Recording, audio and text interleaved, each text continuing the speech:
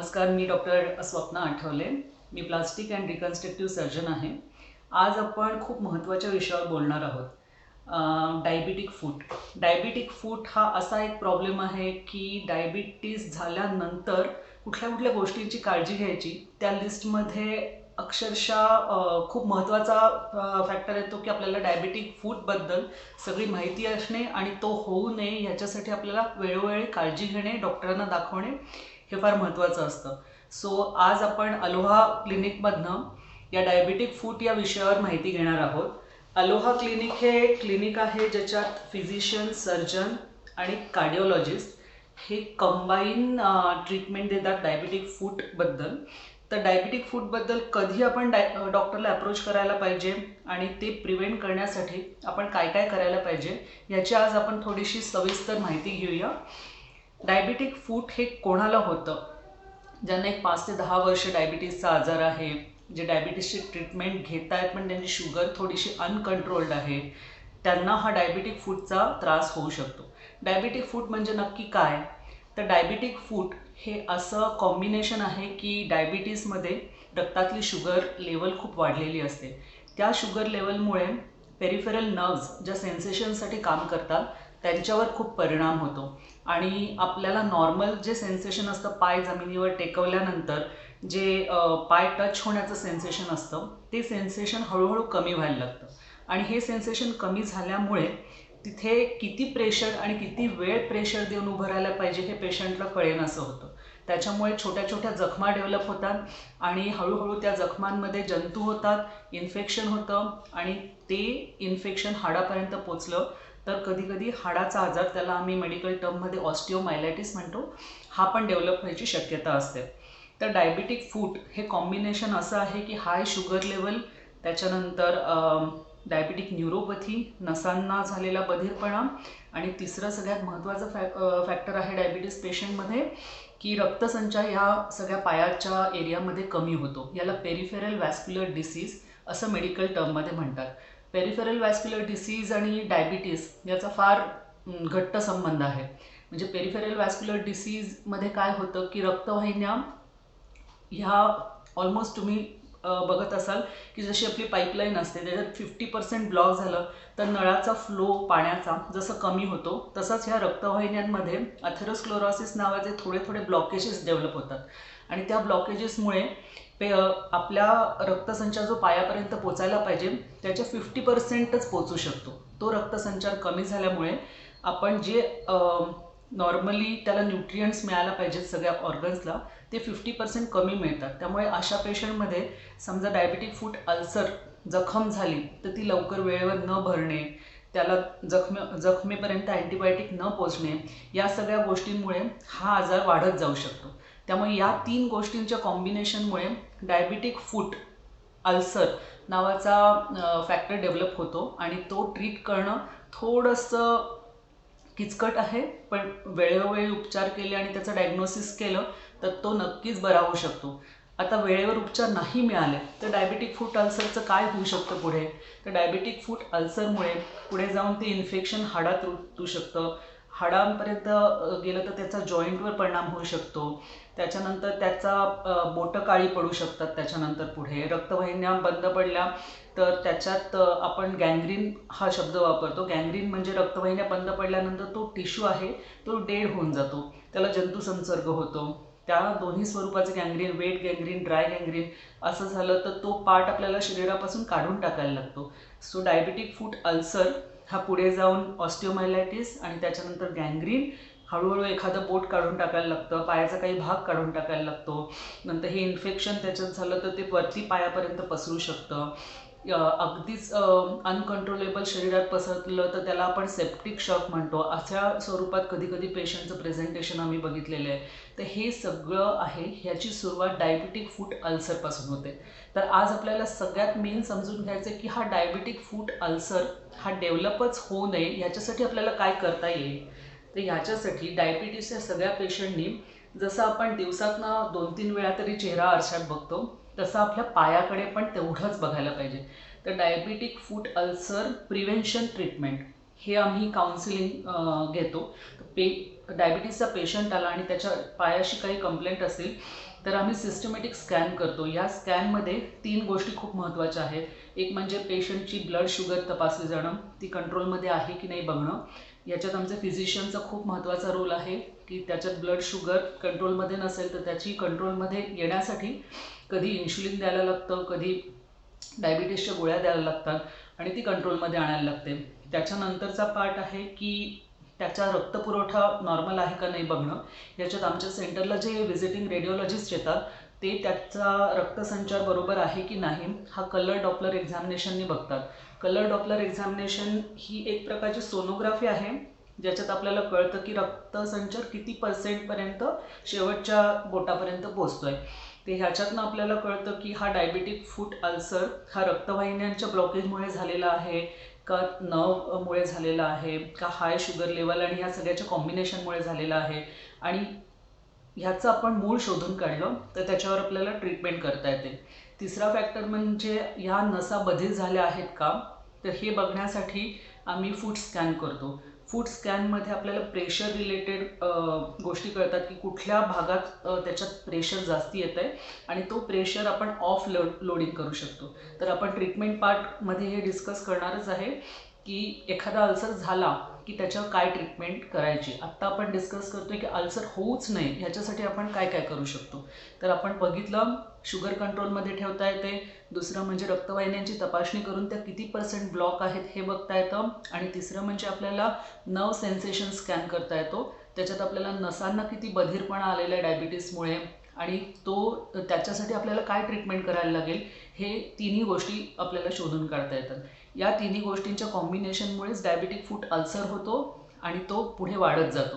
हा होऊ नये ह्याच्यासाठी आपल्याला दर 3 महिन्यातनं एकदा तपासणी करणं गरजेचं आहे. ज्याच्यात आपल्याला शुगर लेवल चेक करायचे, वर्षातनं एकदा आपल्याला स्कॅन करून बघायचा आहे की रक्तपुरवठा कसा आहे आणि आपल्याला नर्व सेन्सेशनप्रमाणे आपल्याला प्रेशर ऑफ लोडिंग हे मॉडिफाईड फूटवेअर येतं ज्याच्यामुळे अल्सर प्रिव्हेन्शनसाठी आपण प्रयत्न करू शकतो. या 3 गोष्टी आपण केल्या तर आपल्याला डायबिटिक फूट अल्सर होणार नाही. आता आपण थोडक्यात माहिती घेऊया की आपल्या पायाची निगा कशी राखायची. तर डायबिटीसच्या पेशंटला ब्लडमध्ये शुगर लेवल जास्ती असल्यामुळे इन्फेक्शनचे चान्सेस जास्ती असतात. त्यामुळे कुठलीही छोटीशी जखम झाली तर ती वेळोवेळी आपण साफ करून ती लवकर हील होईल ह्याच्याकडे लक्ष द्यायला पाहिजे. त्या जखमेत जंतुसंसर्ग होता कामा नये. 2 बोटांच्या मधली जागा आहे. डायबिटीसच्या पेशंटमध्ये आम्ही कॉमनली बघतो फंगल इन्फेक्शन खूप कॉमनली होतं. तर 2 बोटांच्या मधली जागा आहे ही दिवसातनं 2दा साफ केली पाहिजे आणि 2 बोटांच्या मध्ये फंगल इन्फेक्शन नाही ना याची वारंवार तपासणी केली पाहिजे. नंतर आपण नखांची तपासणी केली पाहिजे की नख आतमध्ये रुतल्यामुळे कधी इन्फेक्शन होऊ शकतं. त्याला आम्ही पॅरोनायकिया म्हणतो. ते कारण असू शकतं की तिथनं इन्फेक्शन आपल्या शरीरात पसरेल आणि ते वाढत जाईल. नंतर आपला पायाचा तळवा आहे हा खालनं आपण दिवसातनं एकदा किंवा 2दा बघायला पाहिजे. जेणेकरून आपल्याला माहिती आहे की डायबिटीसच्या पेशंटला सेन्सेशन कमी असतं. त्यामुळे कुठली छोटी जखम झाली असेल, मोठी भेग पडली असेल किंवा काही रुतलं असेल काटा तरी त्यांना लक्षात येत नाही की आपल्या पायाला जखम झाली आहे कारण सेन्सेशन नसतं. तर अशा वेळेस आपल्याला तळवा हा खालनं बघायला लागतो. तर या 2-3 प्रकारच्या टेस्ट आहेत. ह्याच्यात आपण पायाची निगा ही चेहऱ्यापेक्षा जास्ती ठेवायला लागते. तर ह्या 3-4 गोष्टी आपण लक्षात ठेवल्या तर आपल्याला डायबिटिक फूट अल्सर डेव्हलप होणार नाही ह्याची काळजी घेता येऊ शकते. आणि त्याच्यानंतर आपण बघितलं की समजा डायबिटिक फूट अल्सर झाला आहे त्याचं काय काय स्वरूपात तो प्रेझेंट होऊ शकतो. तर 2 बोटांच्या मध्ये इन्फेक्शन होऊ शकतं. एखादा न भरलेली जखम, त्या जखमेतनं पू येणं, पाणी येणं, 3-4 महिने ती जखम न भरणं. त्याच्यानंतर आपल्याला एखाद्या हाडाला दुखणं आणि त्या हाडातनं जखमेपर्यंत इन्फेक्शन जाऊन त्यातनं पू येणं, जॉईंटची डिफॉर्मिटी होणं, पाऊल वेगळं पडणं, ह्या सगळ्या गोष्टी आहेत ज्याच्यातनं डायबिटिक फूट अल्सर हा प्रेझेंट होतो. आणि डायबिटिक फूट अल्सर ह्याच्याबरोबर पेरिफेरल न्यूरोपॅथी आणि व्हॅस्क्युलर डिसीज ह्या तिन्ही गोष्टी एकत्र आल्या तर आपण त्या गोष्टीला डायबिटिक फूट सिंड्रोम असं म्हणतो. त्या डायबिटिक फूट सिंड्रोममध्ये थोडेसे डायबिटीस फूट रिलेटेड कॉम्प्लिकेशन व्हायचे चान्सेस थोडे जास्ती असतात. त्याच्यामुळे आपल्याला त्याचा स्टडी करायला लागतो आणि जे त्याचा प्रोग्रेस आहे जो पुढे हाडापर्यंत पसरू शकतो हे आपल्याला एका ठिकाणी स्टॉप करायला लागतं. आत्तापर्यंत आपण बघितलं की डायबिटिक फूट अल्सर कसा होतो, त्याच्यानंतर तो झाल्यानंतर आपण काय काय काळजी घ्यायची, त्याचं डायग्नोसिस कसं करायचं. आता आपण ट्रीटमेंट पार्ट थोडासा डिस्कस करू. डायबेटिक फूट अल्सर झाल्यानंतर आपल्याला मेन 3 गोष्टींकडे लक्ष द्यायचं आहे. तर ट्रीटमेंट पार्टमध्ये डायबिटीज फूट अल्सर हा डेव्हलप कशामुळे झाला, ह्या 3 मुळाशी जाऊन आपल्याला तिन्ही मुळाला ट्रीटमेंट द्यायची आहे. एक म्हणजे आपल्याला शुगर कंट्रोल करायची आहे. त्याच्यानंतर आपल्याला ब्लड सप्लाय समजा कमी पडत असेल तर पेरिफेरल वॅस्क्युलर डिसीजसाठी आमच्याकडे काही काही ड्रग्स आहेत की ज्यांनी थोडेसे पेरिफेरल वेसल्स डायलेट होतात. त्या ट्रीटमेंट आम्ही चालू करतो. पायाचे काही व्यायाम शिकवतो पेशंटला. आणि अगदीच मोठे ब्लॉकेज असेल तर वॅस्क्युलर सर्जनचं ओपिनियन किंवा ट्रीटमेंट कधी कधी घ्यायला लागते. तिसरं आहे डायबेटिक न्यूरोपॅथी. डायबेटिक न्यूरोपॅथी ही बरेच वेळा इरिव्हर्सिबल असते, पण त्याच्यातनं होणारे जे प्रॉब्लेम आहेत ते रिव्हर्सिबल करू शकतो आपल्याला फूटवेअर मॉडिफिकेशनसाठी. तर आमच्याकडे येणारा प्रत्येक पेशंट डायबिटिक फूट अल्सरचा असेल तर आम्ही त्याचा फूट स्कॅन करतो. फूट स्कॅन नावाचं एक मशीन आहे ज्याच्यावर पेशंट उभा राहिला तर त्याच्यात प्रेशर पॉईंट्स आपल्याला कळतात आणि त्याच्यातनं फूट स्कॅनचा रिपोर्ट मिळतो. तो फूट स्कॅनचा रिपोर्ट आपण ॲनालाइज करून कुठल्या बोन्सवर जास्ती प्रेशर येतं आहे आणि कुठल्या बोन्सवर कमी प्रेशर येतं आहे, त्याप्रमाणे आपल्याला प्रेशर ॲडजस्ट करून त्याच्यासाठी मॉडिफाईड डायबेटिक फूटवेअर बनवायला लागतं. जे घातल्यानंतर पेशंटचं प्रेशर डिस्ट्रीब्युशन इव्हनली होतं आणि हा डायबेटिक फूट अल्सर आहे हा ऑफ लोडिंग झाल्यामुळे भरायला मदत होते. ही त्याच्यामागची थेअरी आहे. So diabetic footwear is one of the treatment for diabetic foot ulcer. ठीक आहे. तर आपण या 3 गोष्टींकडे बघितलं आणि आता ड्रेसिंगचा पार्ट. डायबेटिक फूट अल्सरसाठी पहिले अल्सरचा एरिया क्लीन करणं, त्याला अँटीबायोटिक देऊन ते निर्जंतुक करणं, त्याला लोकल ट्रीटमेंट देणं, त्याला ऑफ लोडिंग करणं, त्याला रेग्युलर ड्रेसिंग करणं. अशा वेळेस बरेच वेळा पेशंटला डेली बेसिसवर ड्रेसिंग करायला यायला जमत नसेल तर आम्ही त्याच्यासाठी केअरटेकर अरेंज करतो किंवा घरातल्या नातेवाईकांना बेसिक ड्रेसिंगचं टेक्निक शिकवतो, जेणेकरून पेशंट हा ओल्ड एज असेल किंवा त्याचा कोणी केअरटेकर असेल तर घरच्या घरी त्याचं ड्रेसिंग होऊ शकेल आणि महिन्यातनं एकदा आमच्याकडे फॉलोअपला येऊ शकेल. आणि पेशंटला याच वेळेस आपण हे पण एज्युकेट करतो की हा अल्सर पुढे वाढला तर त्याचं इन्फेक्शन डीप बोन्सपर्यंत गेलं असेल तर ते कसं रोखायचं, त्याचं पुढे शरीरात ते नको भिनायला म्हणून त्याचं काय काय प्रिव्हेंटिव्ह मेजर्स घ्यायचे, हे सगळं एज्युकेटिव्ह पार्टमध्ये आम्ही पेशंटला वेळोवेळी इन्स्ट्रक्शन्स देऊन सांगतो. तर अशा प्रकारे आपण सगळं बघितलं की डायबेटिक फूट अल्सर कशामुळे होतो, कशी काळजी घ्यायची, होऊ नये म्हणून कशी काळजी घ्यायची, डायग्नोसिस कसं करायचं, झालाच तर त्याची ट्रीटमेंट मोडॅलिटी कशी असते. युजली डायबेटिक फूटला मल्टी मोडॅलिटी ट्रीटमेंट लागते. मल्टी मोडॅलिटी ट्रीटमेंटमध्ये आपल्याला एक्सरे आणि सोनोग्राफीला रेडिओलॉजिस्टची मदत घ्यायला लागते. ब्लड शुगर कंट्रोल करण्यासाठी आपल्याला फिजिशियनची मदत घ्यायला लागते.